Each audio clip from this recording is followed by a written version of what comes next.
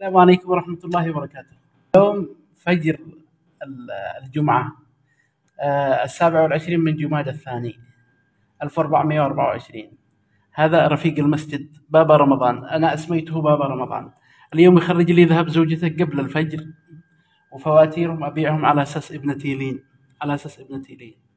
والله ما وجدت أوفى من هذا الرجل أبدا داخل القاهرة، يعني ما وجدت أوفى من هذا الرجل رغم بساطته وقلة حيلته، إلا أن هذا الرجل والله أحس أنه أخا في الله، وإنه أنا اعتبرته زي ما الوالد، أسميه بابا رمضان. واليوم يخرج لي قبل الفجر، أتيت قبل الفجر فتحت المسجد واليوم بالذهب هو هنا من أجل ابنتي لين. أسأل الله أن يجزيك الخير.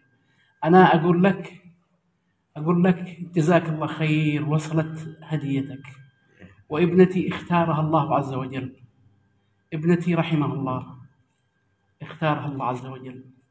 الحمد لله رب العالمين، نقول الحمد لله رب العالمين، نقول الحمد لله رب العالمين. اختارها الله عز وجل اليوم صبيحة الجمعة، الذين إذا أصابتهم مصيبة قالوا إنا لله وإنا إليه راجعون، أولئك عليهم صلوات من ربهم ورحمة وأولئك هم المهتدون. لا تقلق، الحمد لله أنا صابر ومحتسب، لا تقلق أبدا.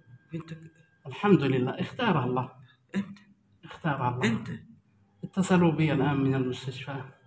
الحمد لله، نقول الحمد لله، الحمد لله. لا والله الحمد لله، الحمد لله، الحمد لله، الحمد لله، الحمد لله، الحمد لله. والله إني أعلم أنك تعتبرها مثل ابنتك.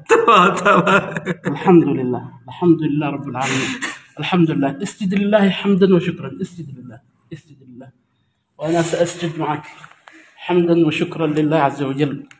الحمد لله، الحمد لله رب العالمين، الحمد لله، الحمد لله، الحمد لله، الحمد لله رب العالمين، الحمد لله، الحمد لله رب العالمين.